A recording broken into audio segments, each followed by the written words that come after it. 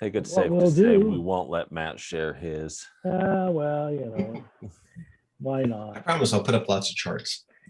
Zia's cat will come to make a presence pretty soon, I figure. So she. She's asleep. That's probably, well, yeah, it's probably 11 o'clock. Yeah, I got another 2 hours before my nap time, so I'm good. All right, well, let's roll with this. I'm going to hit my record button. I know Lee's already been recording, and we'll go from there. Thank you, everybody, for joining us. This is the first edition of Trouble-Free Pool Web Forum Meet the Expert. We just rolled out a thought that we would try this, record it, put it out on YouTube, and try to add some new content this year. A pretty easy, simple way. Our time commitment here is about an hour. We don't plan to go much over that.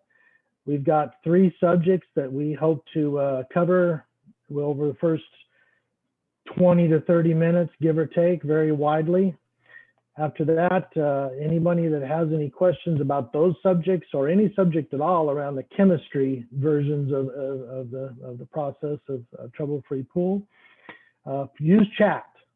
Okay, just type in your question, and Lee and I are going to try to keep tabs on it and make notes. And if we miss any, I'll try to capture as much as I can, and we'll start a thread. And if we miss yours, come back to that thread and go ahead and start that process. So we'll get this started. Again, I'd like to introduce Matt. As many of you know from Joyful Noise, you'll see him in your screen there. And you can go up to the right-hand side of your screen if you like and use speaker view, and then that would make us big if we're speaking, or you can just put it on everybody. Lebo there is Lee. Lee's one of our gracious admins and keeps us all in check. And myself, again, Marty Knaus, and I'm M. Knaus on the screen. So we'll get started here. The first item, because it is such a cornerstone of our process of chemistry, I really wanted to just go discuss the free chlorine cyanuric acid relationship. Again, we all have to realize that this is being recorded and may be viewed by very, very new people to our process, and therefore we would have to spend a few minutes at least going over that and having any ideas about that. So Matt, take it away. Yeah, well, it's actually pretty timely considering that my saltwater chlorine generator is on the fritz, and it's kind of going in and out of being useful. So when that started happening, I thought to myself, where am I going to get bleach from? I've never manually chlorinated my pool. It's always had a saltwater chlorine generator from day one. And so yeah, when that started happening, I thought to myself, well, gee, I don't even know what my CYA concentration is right now. I have to figure out what my stabilizer is there, so it's funny. It's a timely issue. And you're right, Marty, it's the cornerstone of TFP, what we try to teach people. And I think when people come to the forum, they've got a lot of different information in their heads from lots of different sources.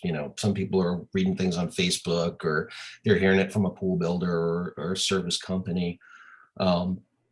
And it's not talked about that you need to have a ratio of free chlorine to stabilize. Everybody just throws out you just have to have your free chlorine from 1 to 4 parts per million. That's quote unquote safe. But where that relationship comes from is really the fact that we cannot, as residential pool owners, or even pool owners in general, we can't measure the one thing that is the most important aspect of pool chlorination, pool sanitation. We don't have the tests or any kind of analytical tests to do this measurement. And it gets down to the fact that chlorine, when you put it in water, comes in lots of different forms. When you put stabilizer in there, there's a lot of other things that happen. And so we talk about this number, free chlorine, FC, right? But really, that's just an aggregate of 3 different forms of chlorine. And 2 of them, honestly, we don't really care about. We care about to a certain extent, but there's only one that really matters, and that's the hypochlorous acid concentration. It's one of the forms of chlorine in water. When you have either chlorine from, a trichlorpuck, or chlorine coming from bleach, or chlorine coming from a saltwater chlorine generator, hypochlorous acid gets generated, and that is the chemical species that does all of the work in pool water. It's the strong oxidizer that gets rid of bather waste.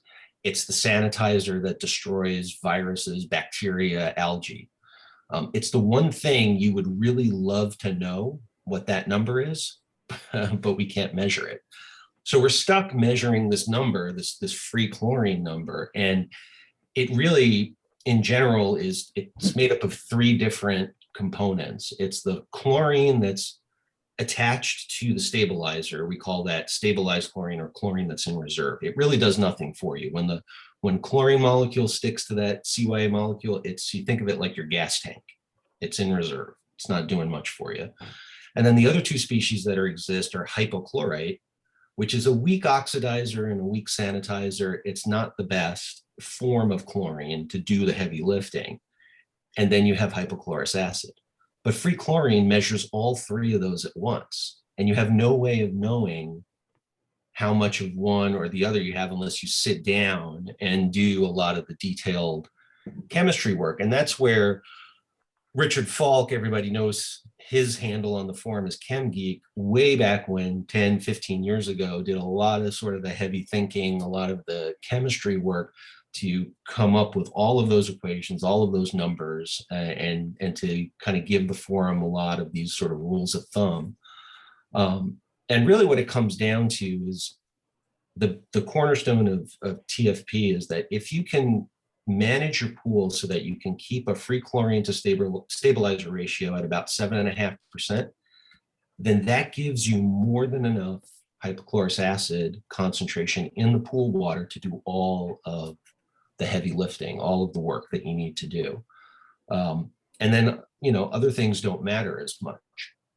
And so that's really where that relationship comes from. And you could see, theoretically, if you could measure the hypochlorous acid concentration in water, and you started off with 0 stabilizer, and then you started adding stabilizer to the water, you would start seeing that hypochlorous acid concentration go down.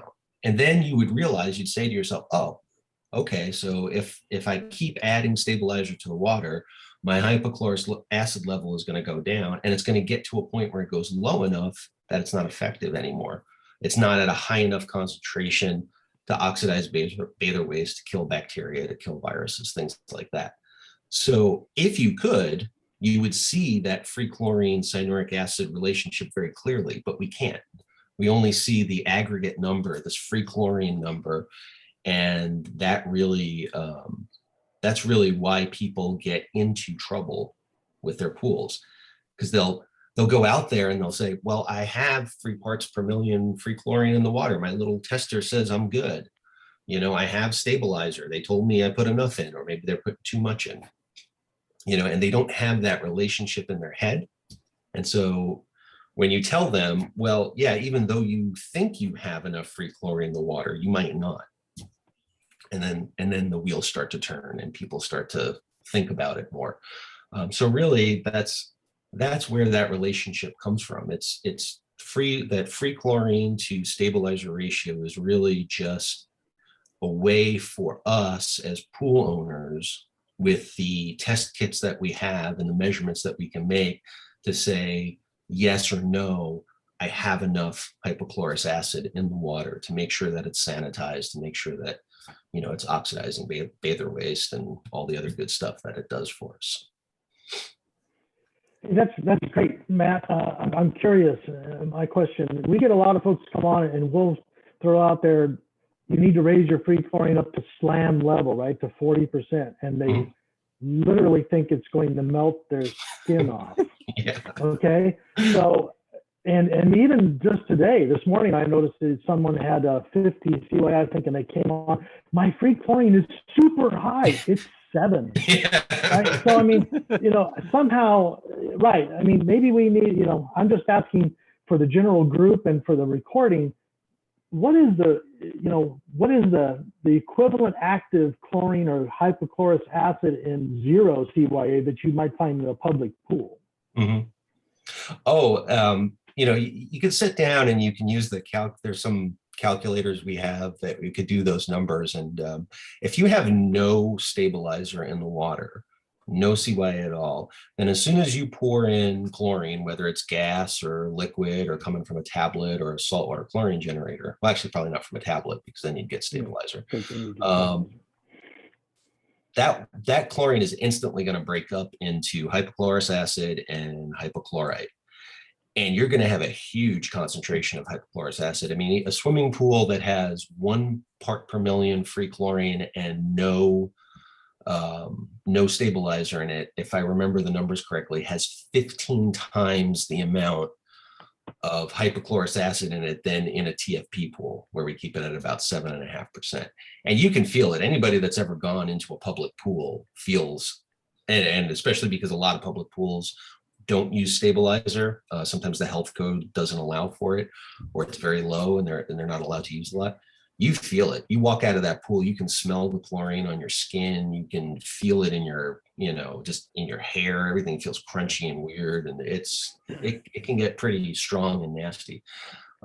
So that's the other benefit of using stabilizer, and especially when we use it in a way that we teach at TFP, because the stabilizer is really, like I had mentioned, it's holding that chlorine in reserve, and it's not, the chlorine that's held down to the CYA is not reacting with your skin, other people, all that sort of stuff. So it really does, as we say, kind of conditions the water. It keeps the water comfortable, if you will, even though you could go all the way up to, 10, 12, 16 parts per million free chlorine, where, if the EPA heard about that, they'd send in their SWAT team to close your pool down. But really that stabilizer, that cyanuric acid, has that effect of buffering the chlorine, keeping it held in reserve so it's not, eating away at your skin. Now, Matt, I've got a question for you. Okay. So the way I always look at it is the FCCY ratio is the amount of chlorine you need in your pool so that it kills algae quicker than algae could grow. And it's kind of a, an amount that kind of changes. It's not really looked at. Pool stores, all these other people really don't acknowledge it. Why does their system sometimes work for users? And why don't more people just, why is it my neighbor who, looks at the FCCY ratio and goes, what are you talking about?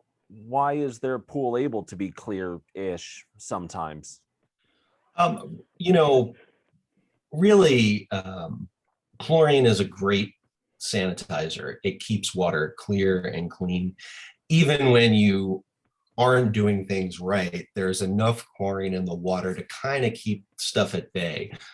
But I think what you have to realize is a lot of people have this sort of, they've set their level of expectation in a pool. I have plenty of neighbors who talk about, the service company had to come today. The pool water was a little cloudy, but they said we'd be back in it in a couple of days. And, for any of us, we hear a couple of days without a pool and cloudy water, and, our heads burst into flames because we can't believe that, somebody would let their pool go like that. So I think people have a sort of a different expectation level. They kind of assume that, if I own a swimming pool, it's going to be green. If I own a swimming pool, it's going to smell bad if, on occasion. And it's just, they have such a low expectation that, the pool stores and the service companies can kind of get away with allowing that stuff to happen because, it feels like it's just common sense that, you own a swimming pool, you just have to deal with algae, or you're going to get black algae, that's just, you just have to accept that. And I think TFP takes the opposite approach and says, that is totally unacceptable. You should never have to deal with that.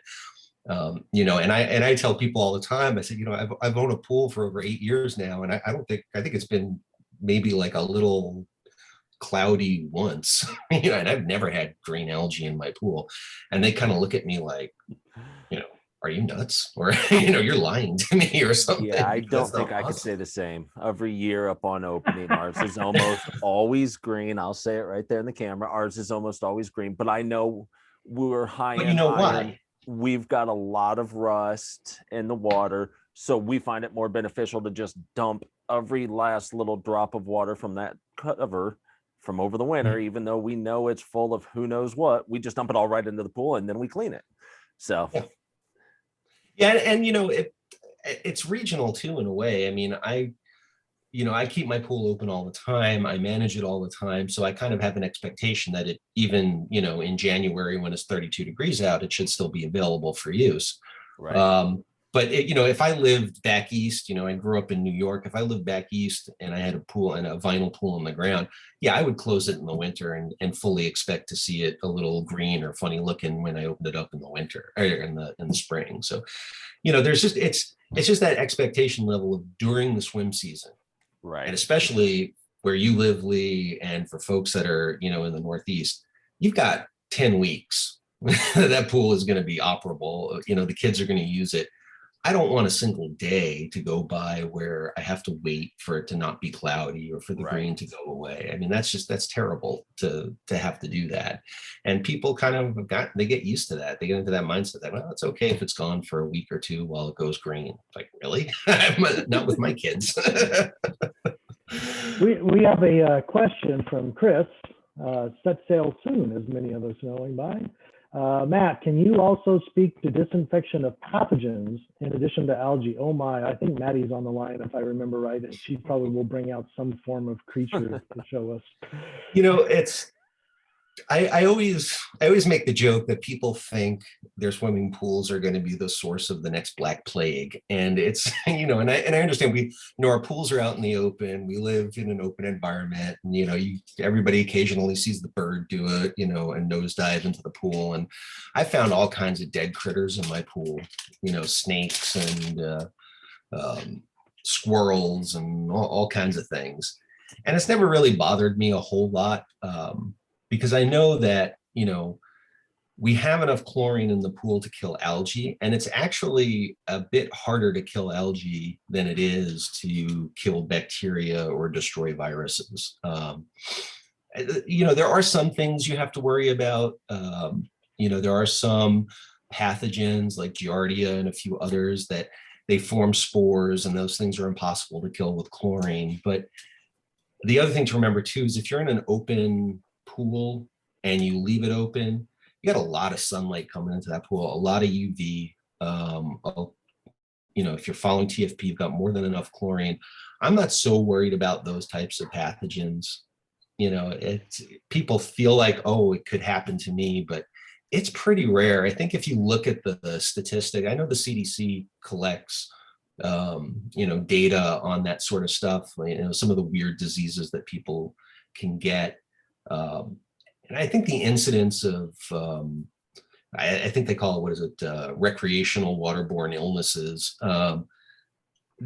It's really commercial pools, public pools, where you find a lot of that stuff because they're not being managed well enough, or they have an incident, and they don't clean it up well enough. And you've got, 300 people in the pool that day, and then somebody gets, a case of diarrhea or something because and it's really because, you just have so many people, so many different ways you can get sick. When you're talking about your pool at home, it's you and your family most of the time. So anything your kids have, you've already gotten before they even step in the pool. So it's really, I'm not that worried about it. But yeah, the free chlorine, the ratios that we kind of put out on the forum, if you're killing algae at the rate that we're killing it, then bacteria and viruses are, they're gone pretty quick too. There's only a few that are resistant to chlorine, and I'm not all that particularly worried about them. Follow up, Chris is just posting here. I was thinking more about the adequate free chlorine level if CYA is too high relative, relative. So in other words, what is adequate to kill the pathogens? Okay. Maybe not the algae, but the pathogens.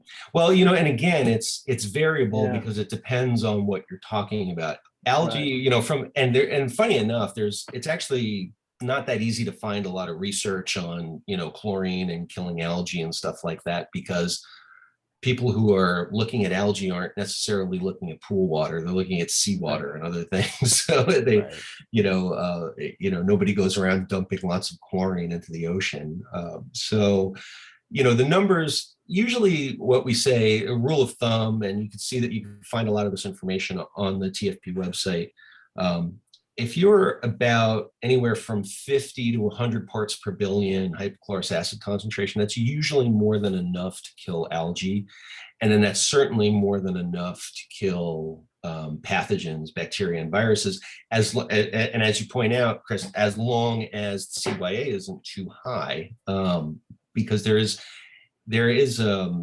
rates that you have to get it kind of involved into, because when we talk about pathogenic control and disease control, the CDC looks at numbers, not just does it kill it, does it not kill it, but how quickly it kills it. And they always want to have a very strong log reduction, 99.99% reduction within 30 seconds. That's especially for like very virulent diseases, or within a minute and a half or something like that. So there, you kind of have to look at the data. There's a lot of it out there. There's some on the forum too. You can search Richard Falk's posts. He's put up a lot of data in previous years on the kill rates for chlorine and other kinds of sanitizers for different types of viruses, bacteria, and stuff.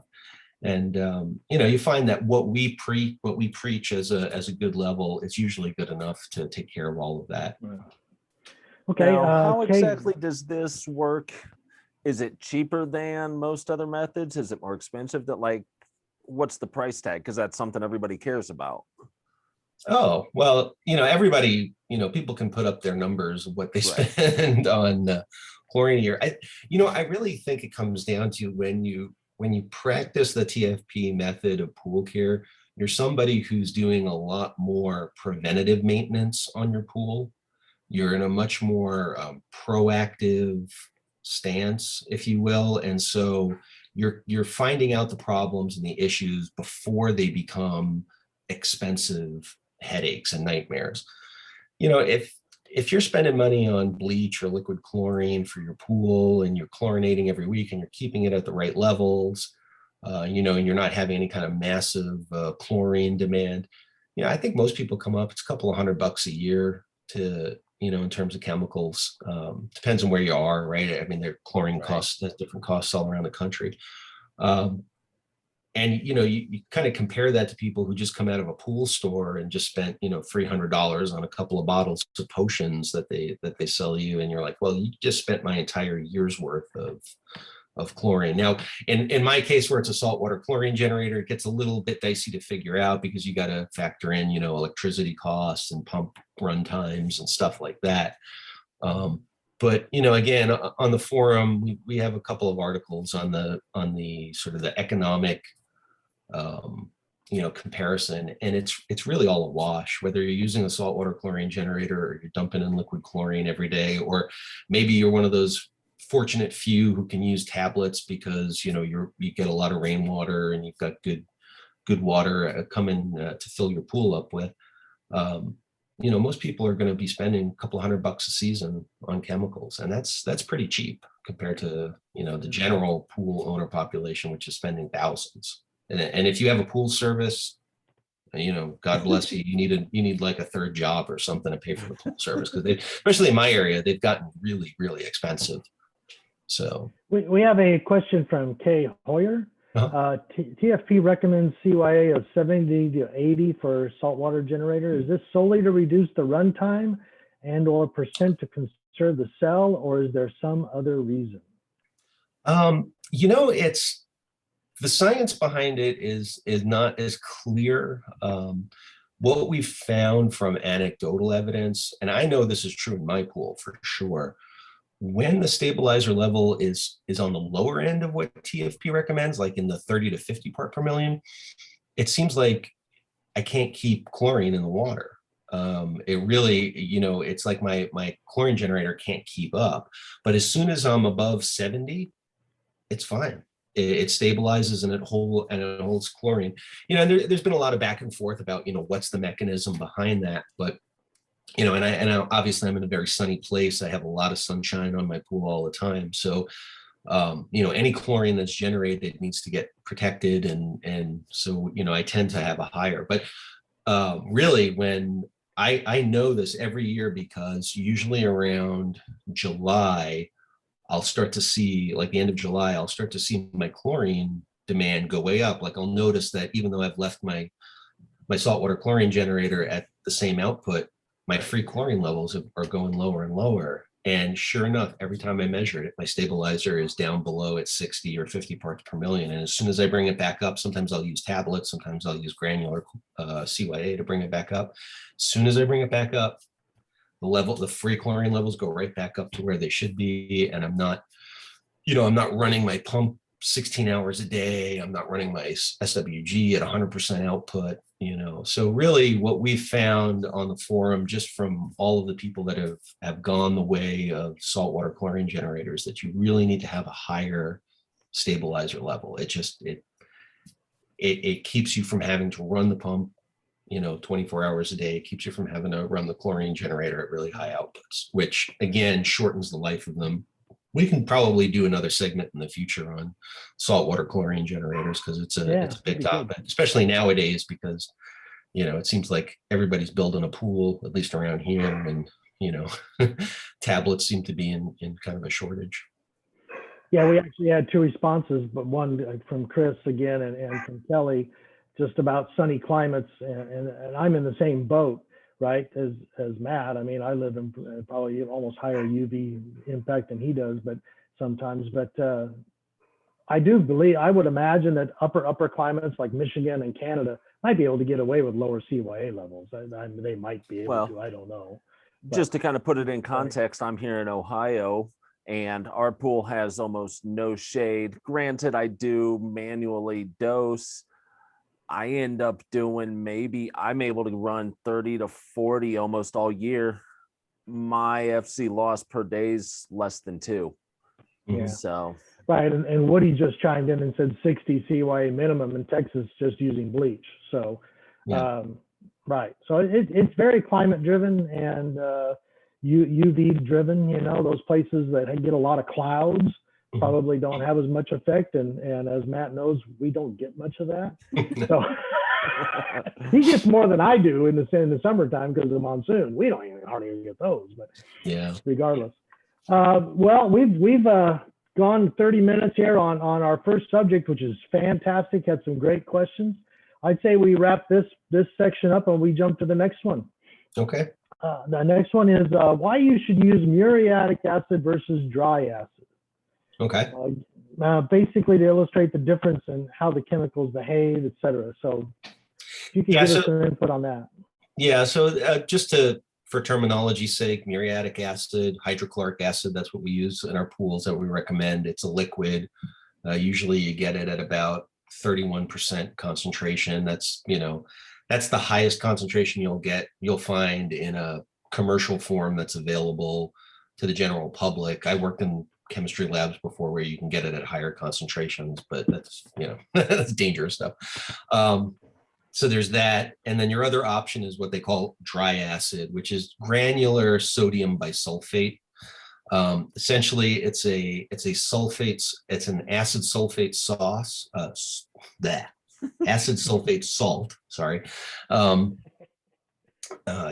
You put it in water. When it dissolves, the sodium ion goes away and you're left with the hydrogen sulfate ion. That gives up the hydrogen ion. That's where your acid comes from. That's what lowers your pH. It's nice to work with because it's granular. It looks like sugar. Doesn't taste like sugar, but it looks like sugar.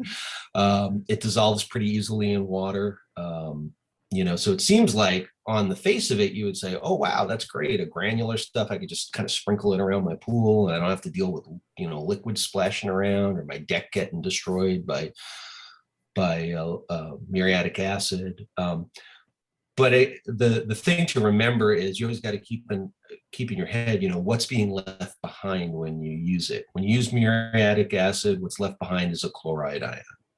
we put so much chloride in our pool in the forms of, salt or chlorine or hydrochloric acid that, the chloride ion is not something that's really terribly bad for our pools.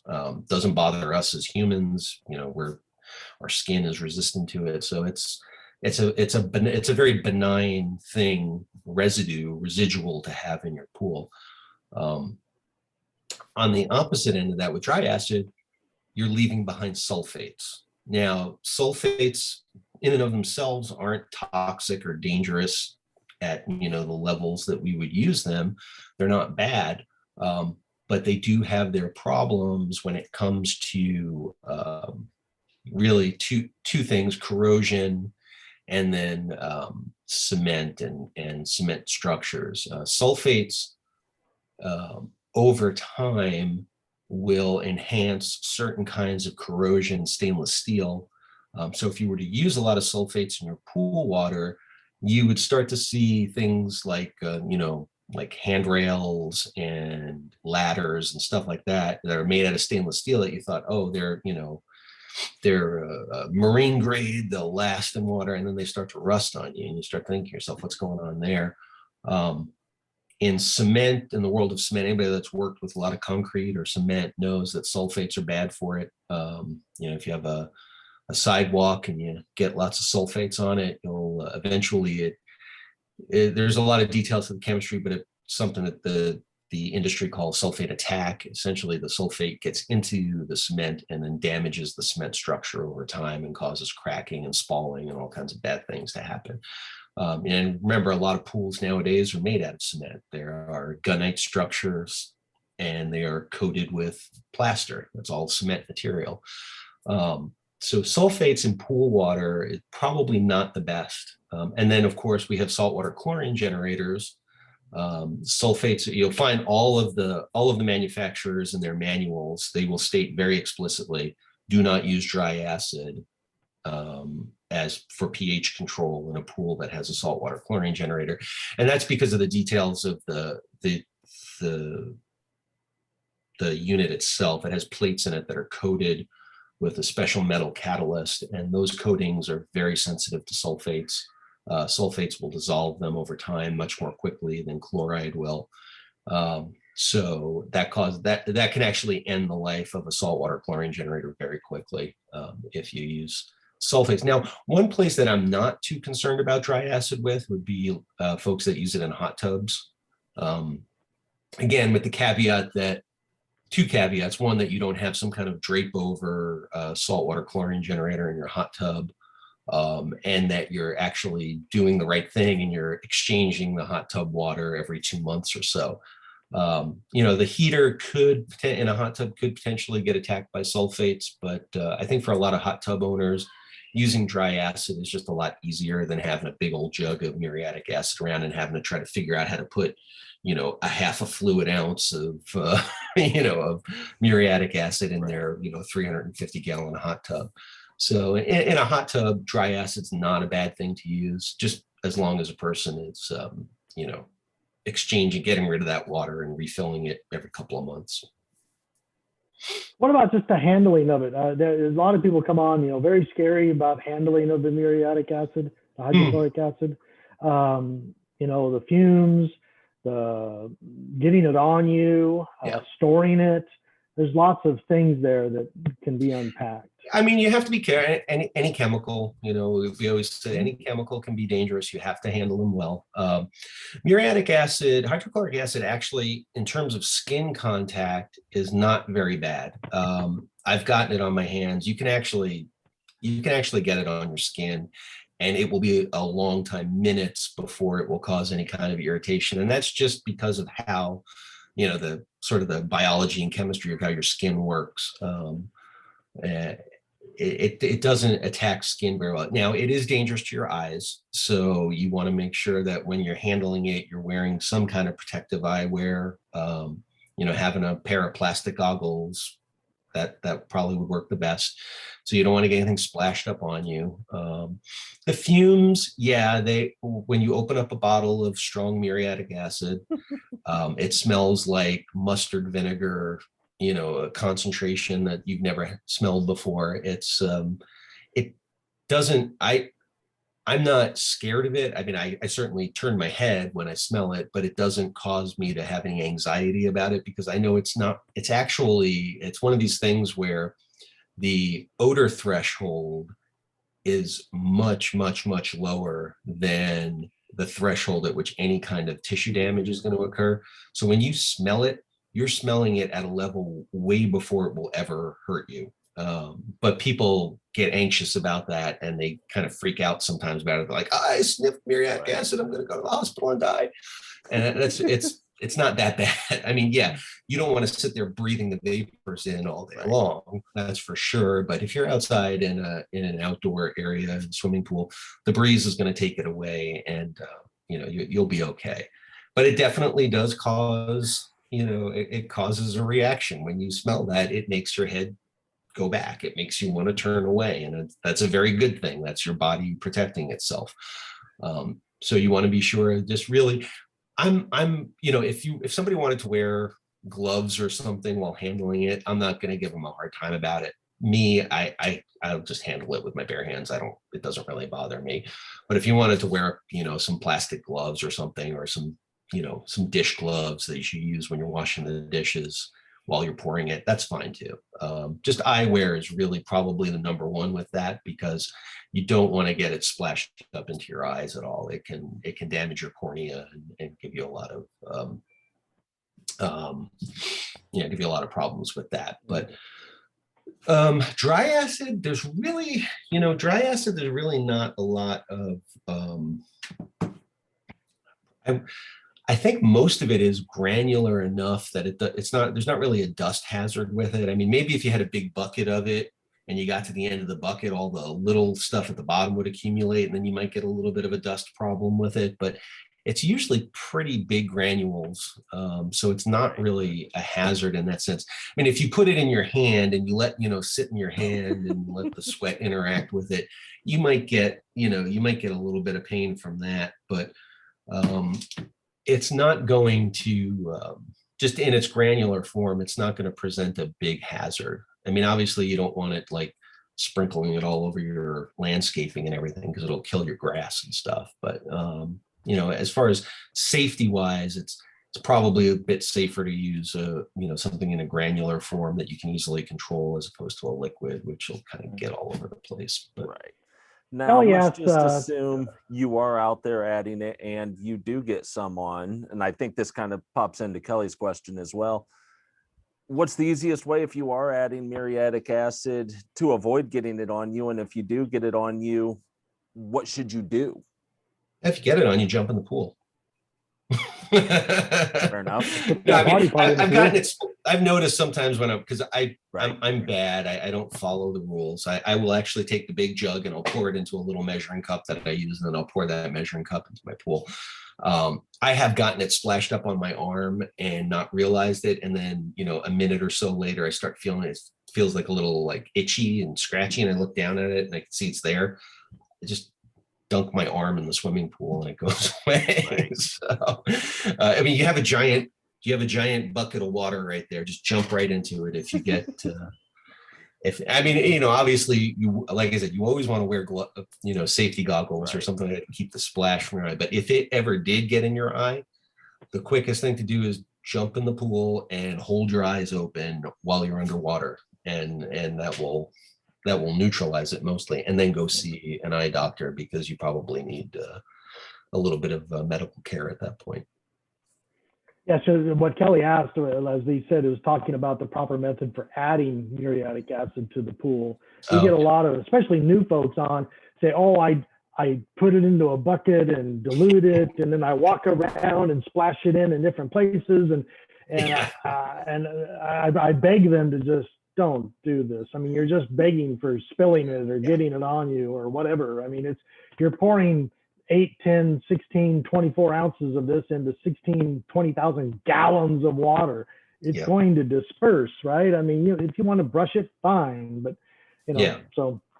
Yeah, no, I mean, obviously the easiest way to do it is just take the bottle pour it in the water, put it down in the water, get it close to the edge, pour it where where the return is, and it will dissipate so quickly. I know there's some folks, there was a person on the forum once, their only way of adding acid into the pool was through the skimmer, because they didn't have any returns. It was one of those pools that had just pop-up heads, the in-floor cleaning systems. So the only way to get chemicals into the water to disperse quickly was turn on the pump, get everything running, the in-floor running, and then pour acid into the skimmer. And I just thought to myself, oh, that is the worst. I really hope he didn't have a heater in his pool, because that thing was going to go. Yeah. We're getting some responses, Mark. Pool is a great place for emergency dilutions. Throw kids in the pool to rinse off chems if they get it on them. Sure. He also says you can mark the jug to give you a reference of how much to put in, right? You just quarter. Okay, there's. Yeah.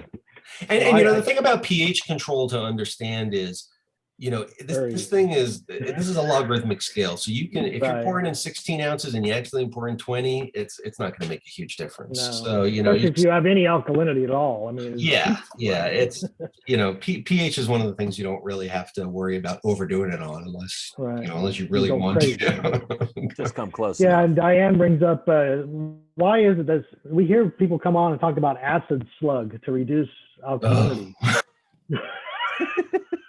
Yeah, I know. That is just, it is one of the worst old wives' tales about pools that I have ever heard in my life. People thought that if you poured acid into the pool and you created this kind of, they called it a slug column, right? And you can see that when you pour acid in the pool, the refractive index is different. So you see the acid in the pool. They thought that, if you somehow created the slug of acid in the pool, that it would lower the alkalinity faster, and it would do whatever it was supposed to do better because it was all concentrated. And that is just the dumbest thing on the planet. The chemical reaction isn't going to be, affect the end point of the chemical reaction, where you want to go, is not affected by whether or not it's concentrated in a little ball or, you put it in two spots. As soon as everything equilibrates and mixes, you get what you get. It's not, there's no magic going on when you keep everything concentrated in a slug. And I just, no. I don't know where anybody got that idea from, but it's one of those things that it takes off because everybody starts talking about it like it's, gospel truth. And it just, oh my goodness. Now, what are the side effects of the acid slug, Matt? Well, that's the downside, right? If you do that, and if you have a vinyl pool like you do, Lee, who cares, right? I mean, vinyl's immune to it mostly. But if you have a concrete pool like mine with plaster, you'll create this nice stain right down the wall. Keep doing that all the time, and it'll look ugly after a while.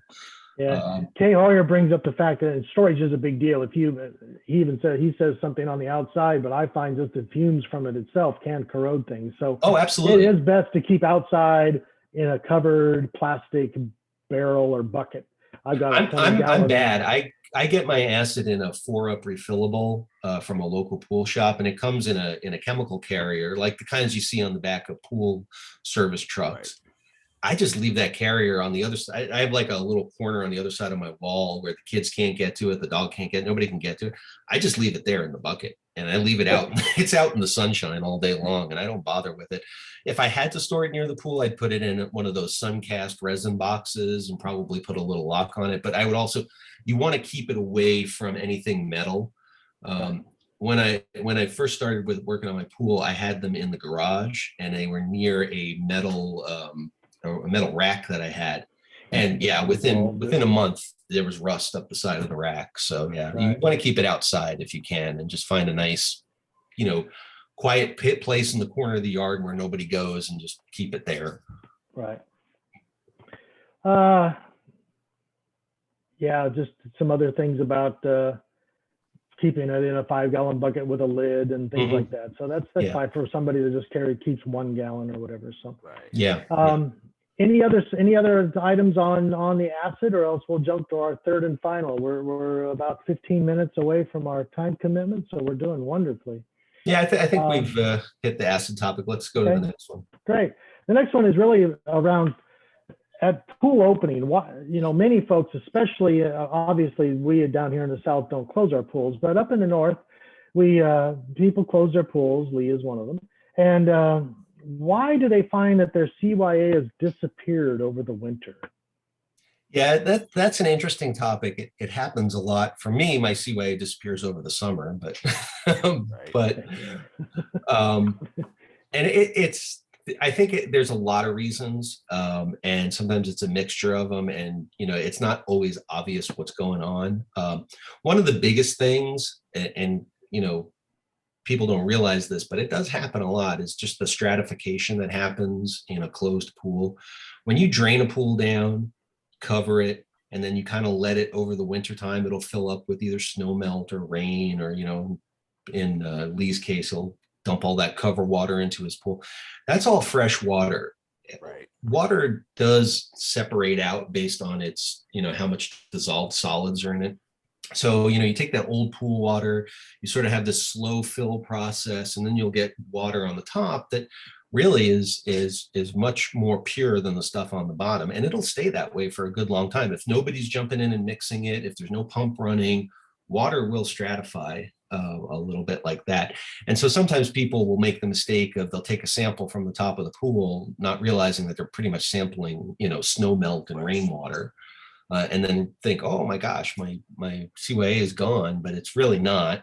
And then when you gotta let it mix. And some people think, 30 minutes with the pump on, but really when you have stratified water like that, especially in a saltwater pool, it can take a day or even 2 days for water to really fully mix if nobody's in there swimming, mixing it up mechanically. A pump, the hydraulic efficiency of our pools is pretty poor in terms of mixing and stuff like that. So you really, once you open the pool up, once you fill it back up and you get everything running, you really want to run it for a couple of days and then do the chemical test and see where your CYA is. Now cyanuric acid does degrade over time.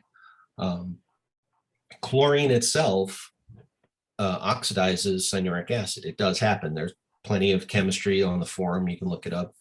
As I've said, Richard's written a lot about it.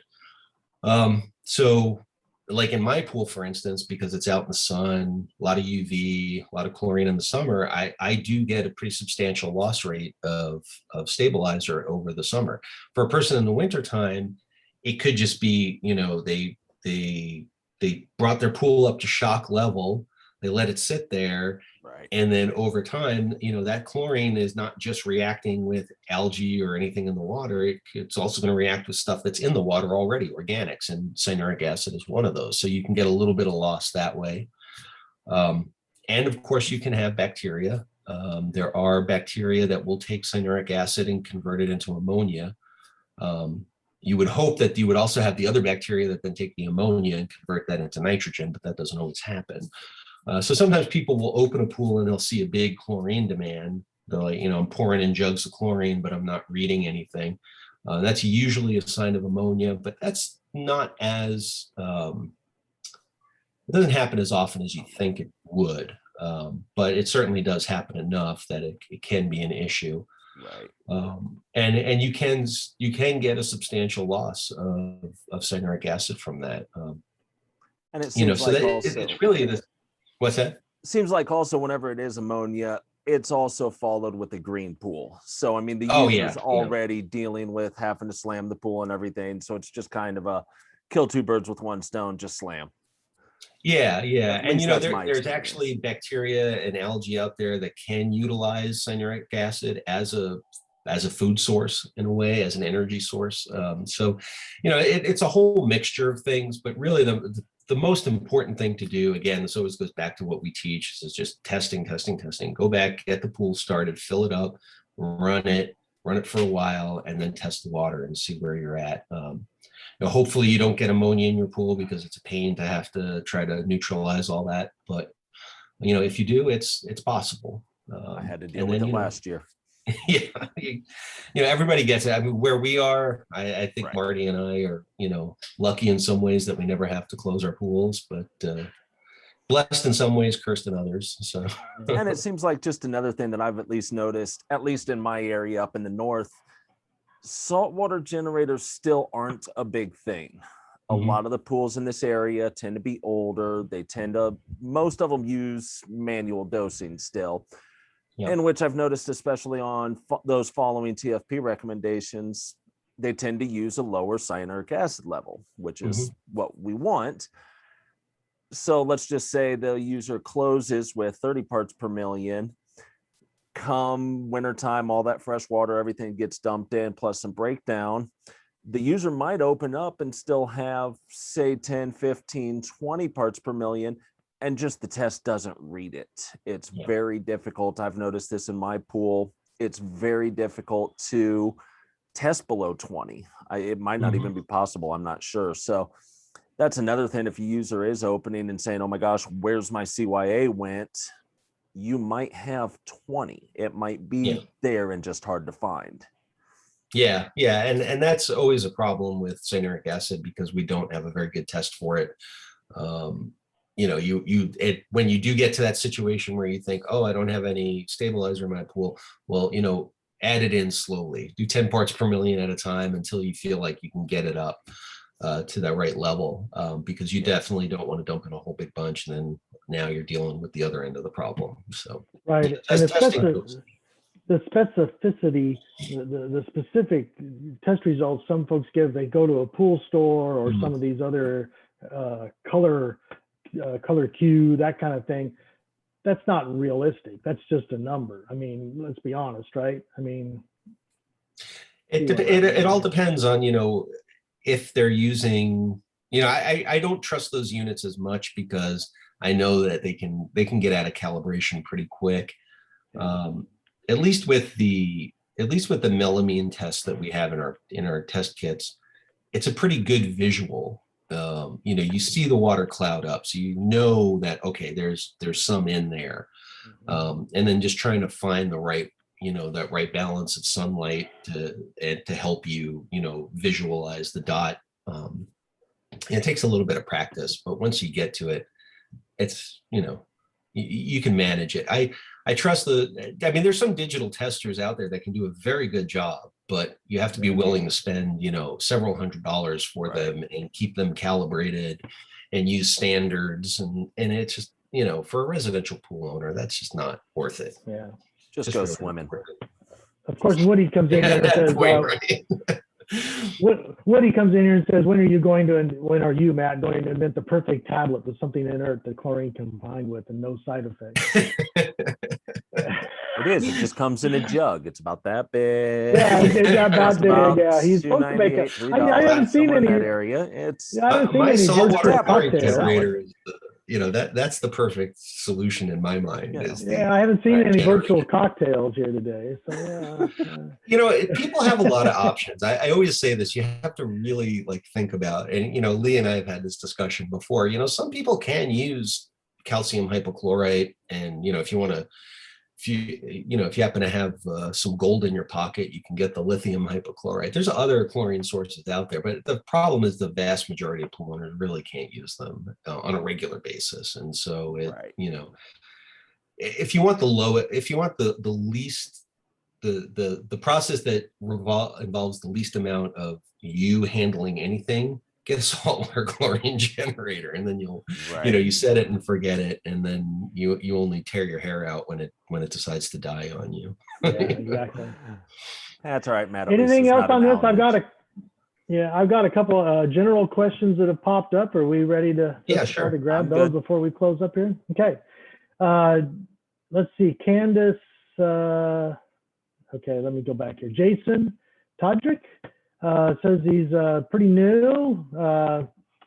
Logical conclusion: when lowering TA, you add acid to drop pH in TA, then aerate to raise the pH without raising TA. But when you're done, TA will be ideal and pH will inevitably rise. So you add acid, which will drop TA below ideal level. So what happens then?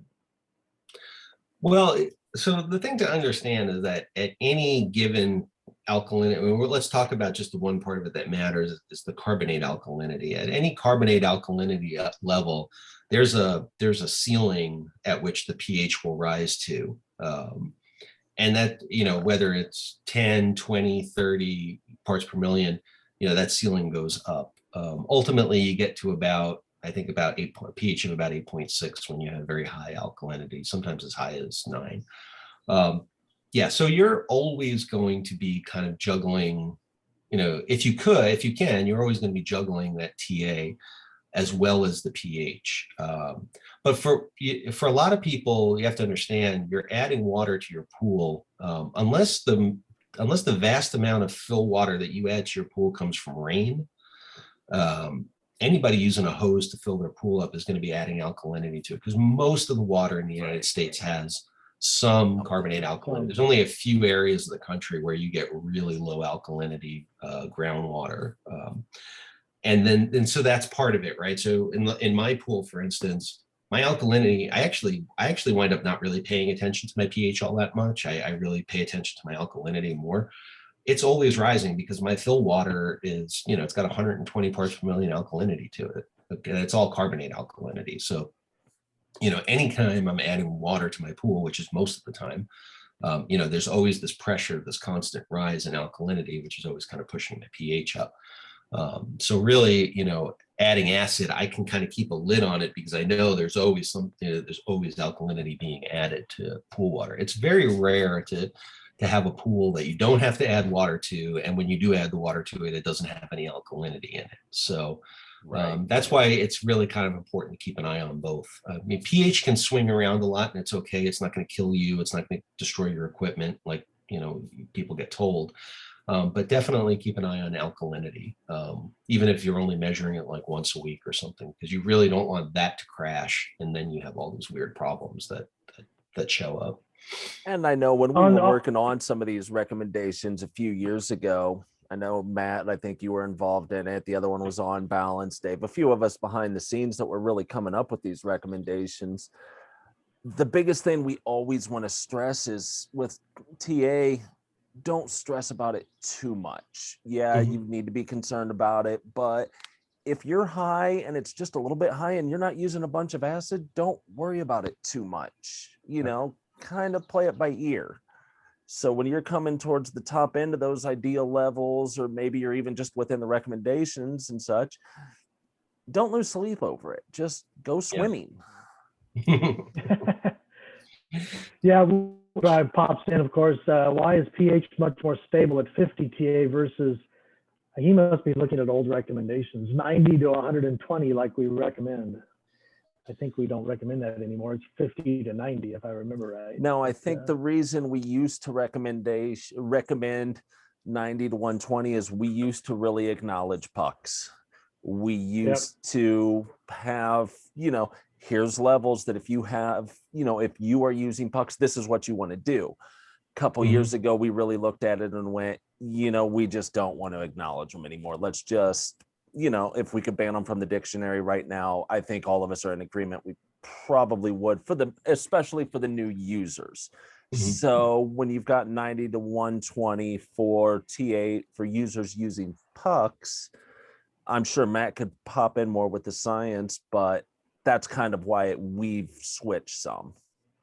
Oh yeah, if you're a pool owner and you've got one of those inline chlorinators and you're running 5-6 pucks at a time, you're dumping a lot of acidic water into the pool. You're really using up a lot of your alkalinity quick, and that happens around here a lot because people people use pucks all the time here, and then they wonder why their pH gets so weird, and then they realize they have no alkalinity in their water, and it can be a wild ride. So water, the lower you make your alkalinity, your total alkalinity, especially your carbonate alkalinity, because that's what it's the outgassing of CO2 from water that causes pH rise. So you could theoretically make your carbonate alkalinity 0, and yeah, your pH would be great. It would be stable. It would be down at 6.5, but it would be stable. But that's not good for a lot of other reasons. So yeah, you do have to add some alkalinity to your water. You do have to manage pH. You do have to kind of stay on top of it. But that's all really, it's not too terribly difficult, and it's really to keep your equipment happy and your pool happy. You don't want to get You don't want your water, your pH in your water getting that low. While it wouldn't really bother you personally, it'll cause all kinds of other issues that will just cost you money. So yeah, everybody always gets a little riled up about the sort of the yo-yo pH and TA, but there are ways to minimize it. And I mean, for me, like I said, I kind of keep an eye on pH. I look at it, but I don't really worry about it. I just try to keep my TA at a particular level, and then the pH of the water just kind of stays where it wants to stay. And it's never hurt my kids. It's never hurt my pool. So we'll wrap up with one last question. Candace has put a question here about her pool. She has a recessed above ground pool. Someone mentioned in pool school to drain the pool that the slam is going to cost more than $100 in chlorine. I've been at the slam for 6 days. The water is cloudy, of course, but I usually am able to see the bottom step somewhat by now, and I can't. If I decide to drain the pool, how much do I drain, or should I try using DE in the sand filter first? I think a big one with that is there's a lot of information still that's needed. What type of pool? Do you have a vinyl pool? Of course, you don't want to drain it as much. Otherwise, you're going to get these wrinkles all over the place. Well, a recessed above ground pool, Lee. Okay. At least above ground pool. Gotcha. So basically, So you're a right. vinyl. You don't want to, yeah. And the other thing is, do you maybe have filter problems? Maybe if you have a cheaper Intex filter, is it struggling to keep up? Sand filter, so there's a lot of questions still I've got. Yeah, slams are always hard because while you correct the algae problem pretty quickly right away, you're always left with a bit of a cleanup mess in terms of particulates and just that cloudiness that can sometimes take forever. If you have a sand filter and you want to try DE in it to see if it's the problem, it's not going to hurt to try it. Unfortunately, you're going to have to buy a big bag of DE because nobody sells it by the cup. And you're only going to need, quarter cup at a time or something. Right. So, there's always that you can try. Draining it at this point, after you've already put all that effort and time into it and then refilling it, it might not help you, and you might still have that cloudiness problem. And now you've spent a whole bunch of money on water and on chlorine at this point. So I would really just recommend, if you have a post up on the forum, ask some more questions on there, and look towards, like Lee said, look towards this is more of a filtration problem than a sanitation problem. And people have lots of tricks that they can post up to help you out with that. Yeah, she mentioned it's the Pentair sand filter. So I mean, that, as we all know, at the end of a slam, like Matt said, particulate matter is very rampant. Sand filters are sadly the hardest thing to clear. They just take some time. Utilize the little bit, like Matt, if you can find some small amounts of DE, that helps. Look at our in the forum there for use of DE. So, and you may have to open up the sand filter at some point now, and clean it out. Yeah. I was about to say, it sounds like a deep clean for the filter might be in store also. Right.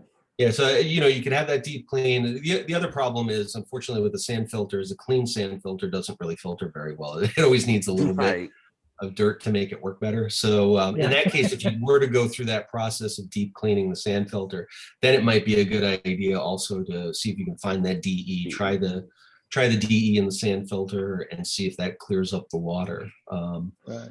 But don't rush out and start talking to people, and your next door neighbor Bob is going to tell you that he put flock in his pool and it worked wonderfully, and there's a lot of bad tricks out there that you don't want to get stuck. Please stay off Facebook. Just don't listen to anything on it anymore. No. Well, I say it's 12:06 p.m. Mountain Standard Time, so I would say that we have had a great 1 hour. Marty, I do have one question really quick still, and this is something I invite everybody to bounce to the forum. Again, this is something that's new. I cannot thank Matt, Marty, I cannot thank you two enough. little background on this. I basically literally wrote those to late last week, maybe early this week. I don't even remember now. Last week, I think. Yeah. Was it last week? Okay, saying, hey, I've got this horrible idea. It's probably going to be absolutely dismal, but if we don't do something, YouTube for TFP is going to be nothing this year. What if we just put a couple of idiots sitting here talking for an hour or so, and then we just upload this to YouTube? My question to everybody is this worthwhile? Is this something we're enjoying? Is this something we should continue, or should we just look at it and go, well, that was a nice try? Yeah. And I invite we're getting a number of chats that saying, please do this again, and fantastic, and awesome, great show, do this more, put it on YouTube. So we're getting some great feedback. And again, everybody that's listening, the thread will stay open that was started this, that announced this. Put your comments there if you'd like.